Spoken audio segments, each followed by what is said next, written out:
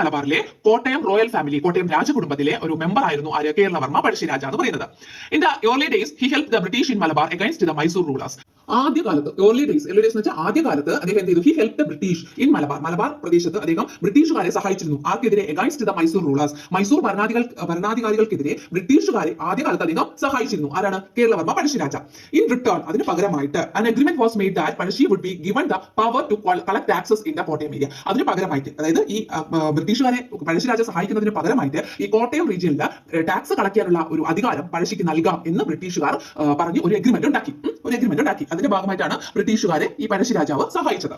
അടുത്ത എന്താ പറഞ്ഞിട്ടുള്ളത്? However, the situation changed when Malabar came under the control of the English East India Company through the Treaty of Srirangapatna. എന്നാൽ എന്നാൽ the situation changed. Situation ആകെ change ആയി, അല്ലെ? സാഹചര്യങ്ങൾ ആകെ മാറി. എപ്പോഴാണ്? when Malabar came under the control of the English East India Company through the Treaty of Srirangapatna treaty അനുസരിച്ച് മലബാർ ഇംഗ്ലീഷ് ഈസ്റ്റ് ഇന്ത്യ കമ്പനിയുടെ കൺട്രോളിൽ ആയതിനു ശേഷം സാഹചര്യങ്ങൾ ആകെ മാറി. അപ്പൊ മലബാർ ഇംഗ്ലീഷ് ഈസ്റ്റ് ഇന്ത്യ കമ്പനിയുടെ കൺട്രോളിൽ ആയത് ഏത് ട്രീറ്റി പ്രകാരമാണ്? Treaty of Srirangapatnam. മറന്നുല്ലോ? ഓക്കെ ആണല്ലോ? ട്രീറ്റി ഓഫ് ശ്രീരംഗപട്ടണം അല്ലെങ്കിൽ ശ്രീരംഗപട്ടണം ഉടമ്പടി പ്രകാരമാണ് മലബാർ ഇംഗ്ലീഷ് ഈസ്റ്റ് ഇന്ത്യ കമ്പനിയുടെ കൺട്രോളിലായത്, നിയന്ത്രണത്തിലായത്. ഓക്കെ ആണല്ലോ? അപ്പൊ അങ്ങനെ നിയന്ത്രണത്തിലായപ്പോൾ സാഹചര്യങ്ങൾ ആകെ മാറി. അടുത്ത എന്താ പറഞ്ഞിട്ടുള്ളത്? the British handed over the power to collect taxes in Kottayam to Palash's uncle, the Kurumbranaad king Veeravarma, who was loyal to them. അതായത് എന്താ പറഞ്ഞിട്ടുള്ളത്? അപ്പം എന്നിട്ട് ഈ ബ്രിട്ടീഷുകാർ എന്ത് ചെയ്യുന്ന നല്ല കഥ പോലെ ഇങ്ങനെ പഠിച്ചു പോകാവുന്നതാണ്. ബ്രിട്ടീഷുകാർ handed over the power to collect taxes in Kottayam റീജിയനിൽ ടാക്സ് കളക്ട് ചെയ്യാനുള്ള ആ ഒരു അധികാരം ഹാൻഡഡ് ഓവർ കൊടുത്തു. ആർക്കാ കൊടുത്തത്? പഴശ്ശിയുടെ പഴശ്ശിയുടെ അമ്മാവനായ ദ കുറുമ്പ്രനാട് കിങ് ആയ അല്ലെങ്കിൽ കുറുമ്പ്രനാട് രാജാവായ വീരവർമ്മ കുറുമ്പ്രനാട് കിങ് ആയ വീരവർമ്മയ്ക്ക് നൽകി. മനസ്സിലായ? കുറുമ്പ്രനാട് രാജാവായ വീരവർമ്മയ്ക്ക് നൽകി. Who was loyal to them. അദ്ദേഹം ആരുടെ വിശ്വസ്തനായിരുന്നു? ബ്രിട്ടീഷുകാരുടെ വിശ്വസ്തനായിരുന്നു. അപ്പൊ ബ്രിട്ടീഷുകാരുടെ വിശ്വസ്തനായ വീരവർമ്മയ്ക്ക് നൽകി.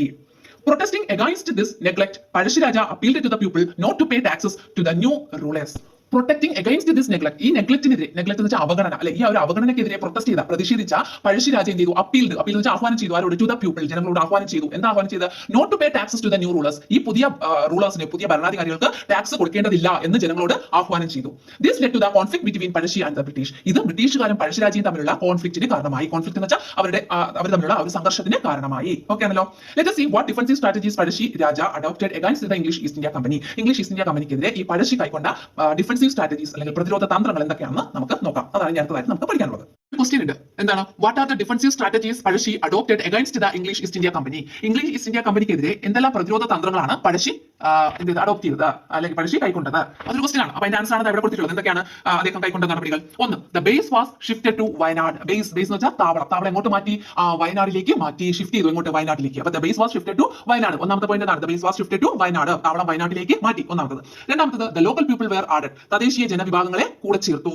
മൂന്നാമത്തത്, ഗറില്ല വാർഫെയർ വാസ് വേജ്ഡ്. അതായത് ഗറില്ല വാർഫെയർ എന്ന് വെച്ചാൽ ഒളിപ്പോർ എന്ന് പറയും, ഗറില്ല യുദ്ധം എന്നൊക്കെ പറയാം നമുക്ക്. അപ്പൊ ഗറില്ല വാർഫെയർ വാസ് വേജ്ഡ് എന്ന് വെച്ചാൽ നടത്തി, ക്യാരി ഓൺ എന്നൊക്കെ അർത്ഥം. അപ്പൊ ഗറില്ല യുദ്ധങ്ങൾ നടത്തി, അല്ലെ? ഗറില്ല യുദ്ധങ്ങൾ അല്ലെങ്കിൽ ഒളിപ്പോർ നടത്തി. ഗറില്ല വാർഫെയർ നമുക്ക് മലയാളത്തിൽ ഒളിപ്പോർ എന്നാണ് നമ്മുടെ ടെക്സ്റ്റ് ചെയ്തിട്ടുള്ളത്. അപ്പോൾ ഒളിപ്പോർ നടത്തി അല്ലെങ്കിൽ ഗറില്ല വാർഫെയർ നടത്തി.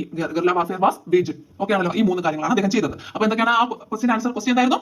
ഇംഗ്ലീഷ് ഈസ്റ്റ് ഇന്ത്യ കമ്പനിക്കെതിരെ പഴശ്ശി കൈക്കൊണ്ട ഡിഫൻസീവ് സ്ട്രാറ്റജീസ് എന്തൊക്കെയാണ് എന്നുള്ളത്. എന്തൊക്കെയാണ്? ഒന്നാമത്തത്, the base was shifted to Wayanad. Base വയനാട്ടിലേക്ക് മാറ്റി. ബേസ് മീൻസ് താവളം വയനാട്ടിലേക്ക് മാറ്റി. പിന്നെ എന്താണ്? The local people were added.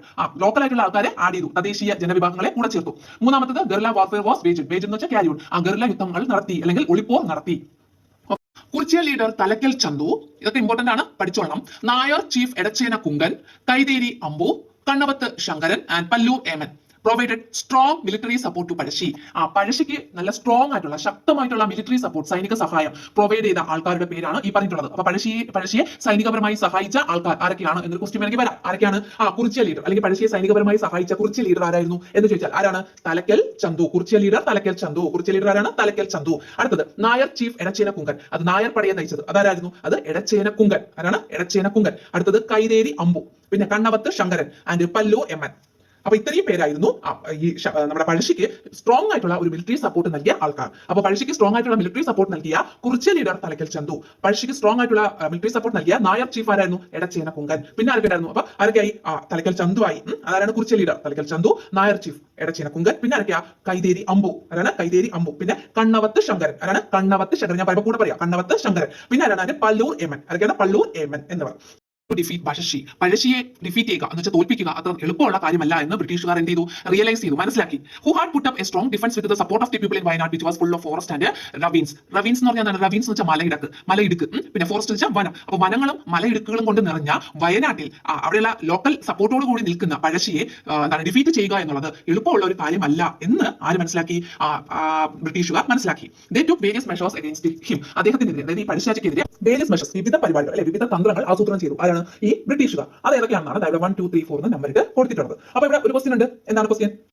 The British took various measures against Pazhassi Raja. What are they? ബ്രിട്ടീഷുകാർ പഴശ്ശിരാജയ്ക്കെതിരെ വിവിധ നടപടികൾ ആസൂത്രണം ചെയ്തു. എന്തൊക്കെയാണത്? അതാണ് ക്വസ്റ്റ്യൻ. അപ്പൊ അതിൽ വരുന്ന ആൻസേഴ്സ് ആണ് ഇവിടെ 4 താഴെ കൊടുത്തിട്ടുള്ളത്. എന്തൊക്കെയാണ് ബ്രിട്ടീഷുകാർ ആസൂത്രണം ചെയ്ത പരിപാടികൾ? നോക്കിയിട്ട് ഒന്ന്, military camps were set up at strategic places. Strategic places, തന്ത്രപ്രധാന സ്ഥലങ്ങളിൽ മിലിറ്ററി ക്യാമ്പ്സ്, സൈനിക താവളങ്ങൾ വെയർ സെറ്റ് അപ്പ് ഒരുക്കി. മനസ്സിലായോ? എന്താണ് അവർ ചെയ്ത ഒന്നാമത്തെ കാര്യം? മിലിറ്ററി ക്യാമ്പുകൾ അല്ലെങ്കിൽ സൈനിക താവളങ്ങൾ വെയർ സെറ്റ് അപ്പ് ഒരുക്കി. എവിടെയാണ്? അറ്റ് സ്ട്രാറ്റജിക് പ്ലേസസ്, തന്ത്രപ്രധാന സ്ഥലങ്ങളിൽ. ഓക്കെ ആണല്ലോ ഒന്നാമത്തെ point. Military camps were set up at strategic places, തന്ത്രപ്രധാന സ്ഥലങ്ങളിൽ സൈനിക താവളങ്ങൾ ഒരുക്കി. ഒന്നാമത്തത്. രണ്ടാമത്തത്, ന്യൂ റോഡ്സ് വെയർ ബിൽറ്റ്. പുതിയ റോഡുകളൊക്കെ നിർമ്മിച്ചു. ന്യൂ റോഡ്സ് വെയർ ബിൽറ്റ്, പുതിയ റോഡുകൾ നിർമ്മിച്ചു. മൂന്നാമത്തത്, rice supply to Wayanad was cut off. വയനാട്ടിലേക്ക് അരി എത്തിക്കുന്നത് തടഞ്ഞു. റൈസ് സപ്ലൈ, അരിയുടെ വിതരണം എങ്ങോട്ട്? ടു വയനാട്ടിലേക്കുള്ളത് വാസ് കട്ട് ഓഫ്, തടഞ്ഞു അല്ലെ, അത് നിർത്തി. അപ്പൊ rice supply to Wayanad was cut off, വയനാട്ടിലേക്ക് അരി എത്തിക്കുന്നത് തടഞ്ഞു. അടുത്ത ഏറ്റവും ലാസ്റ്റ് വൺ എന്താണ്? A reward was announced for those who nab the participants in the rebellion. കലാപത്തിൽ പങ്കെടുക്കുന്നവരെ, പിടിച്ചു കൊടുക്കുന്നവർക്ക് എന്താണ്? റിവാർഡ് അല്ലെങ്കിൽ പാരിതോഷികം പ്രഖ്യാപിച്ചു. എ റിവാർഡ് വാസ് അനൗൺസ്ഡ്, ഒരു പാരിതോഷികം പ്രഖ്യാപിച്ചു. ആർക്കാണ് പാരിതോഷികം? For those who nab the participants in the rebellion. Thank you.